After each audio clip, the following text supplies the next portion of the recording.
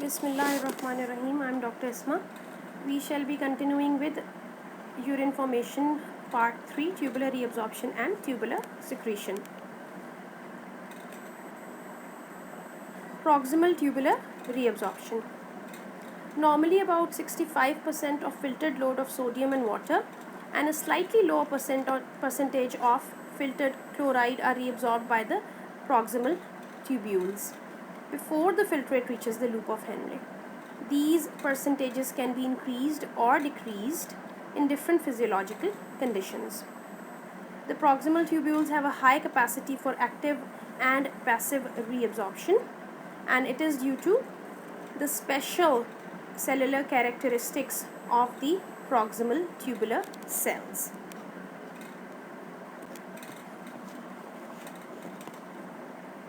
The proximal tubule epithelial cells are highly metabolic and they have large numbers of mitochondria to support the powerful active transport processes.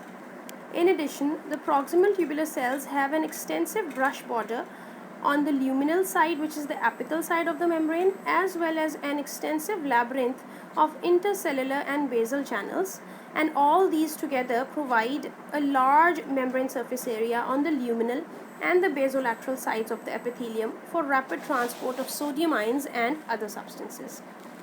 The extensive membrane surface of the epithelial brush border is also loaded with protein carrier molecules which transport a large fraction of sodium ions across the luminal membrane, linked by way of co-transport mechanism with multiple organic nutrients like amino acids and glucose.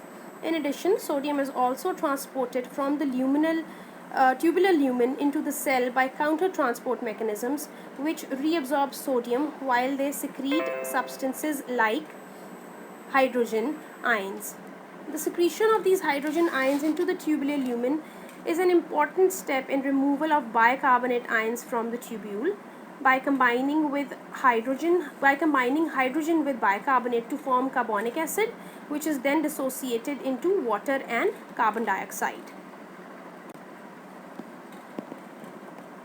The sodium-potassium ATPase pump provides the major force for reabsorption of sodium and chloride and water throughout the proximal tubules.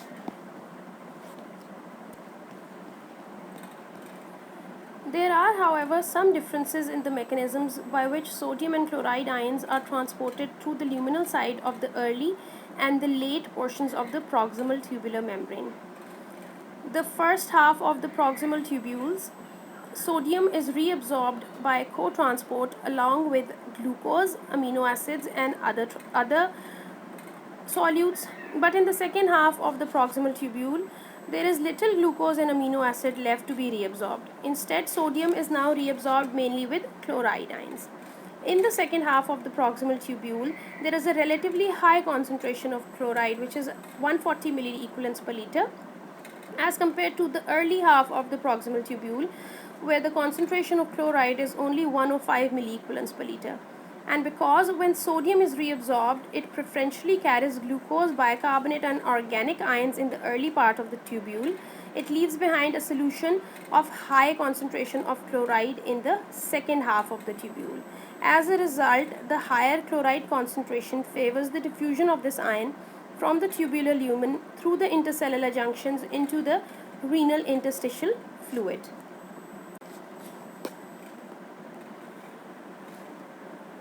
This figure shows the concentration of solutes along the proximal tubule. If you look at the figure closely, you can see that the amount of sodium in the tubular fluid decreases markedly along the proximal tubule. The total concentration of sodium and the total osmolarity, however, remains relatively constant because the water permeability of the proximal tubule is so great that water reabsorption keeps pace with sodium reabsorption. Certain organic solutes like glucose and amino acids and bicarbonates are more avidly reabsorbed than water, so that their concentration decreases markedly along the length of the proximal tubule, and this is shown by the green line and the blue dashed line and the amino acid black line in the figure. Other organic solutes which are less permeant and not so actively reabsorbed, for example creatinine, increase their concentration along the proximal tubule, and you can see the red line of creatinine going up. The total solute concentration, which is reflected by the osmolarity, remains essentially the same all along the proximal tubule because of extremely high permeability of this part of the nephron to water. And you can see the smaller dashed line of osmolarity, which is which remains constant because of the high water permeability of this part of the nephron.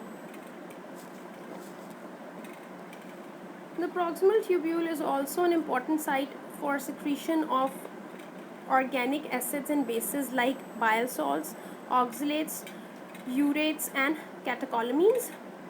Some harmful drugs like penicillin and salicylates are also secreted and removed from the body.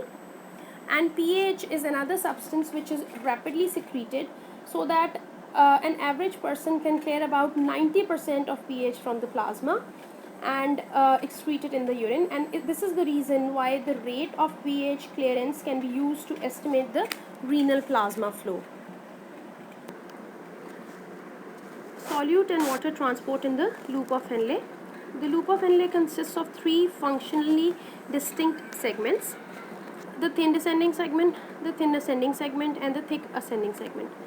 The thin descending and the thin ascending segments, as their name suggests, have thin epithelial membranes with no brush borders, few mitochondria, and minimal levels of metabolic activity. The descending part of the thin segment is highly permeable to water and moderately permeable to most solutes including urea and sodium. The function of this nephron segment is mainly to allow simple diffusion of substances through its wall. About 20% of the filtered water is reabsorbed in the loop of Henle, and almost all of this occurs in the thin descending limb.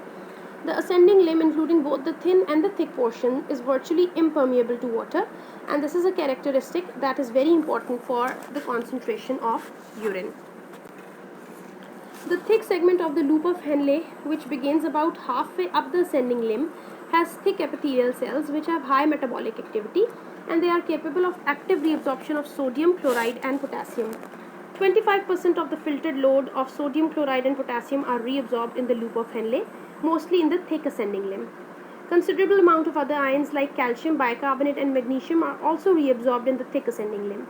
The thin segment of the ascending limb has a much lower reabsorptive capacity than the thick segment, and the thin descending limb does not reabsorb significant amount of any of these solutes.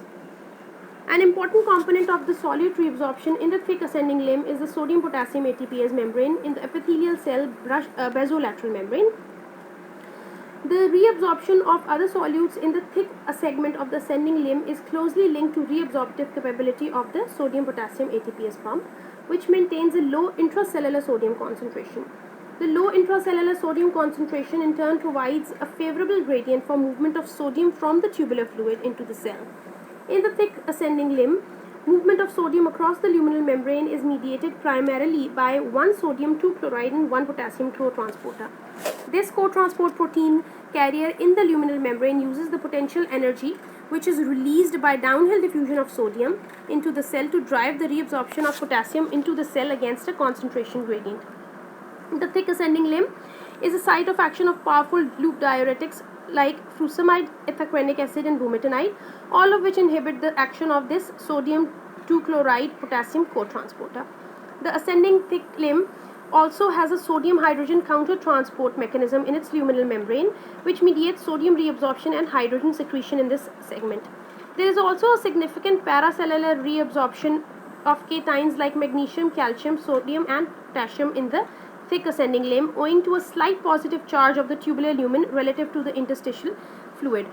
Although one sodium 2-chloride, one potassium cotransporter moves equal amounts of cations and anions into the cell, there is a slight back leak of potassium into the lumen, creating a positive charge of positive 8 millivolts in the tubular lumen. This positive charge then forces cations like magnesium and calcium to diffuse from the tubular lumen through the paracellular space into the interstitial fluid. The thick segment of the ascending limb is virtually impermeable to water. Therefore, most of the water which is delivered to this segment remains in the tubule despite the reabsorption of large amounts of solute. The tubular fluid in the ascending limb becomes very dilute as it flows towards the distal tubule, and this is a feature which is very important in allowing the kidneys to dilute or concentrate the urine.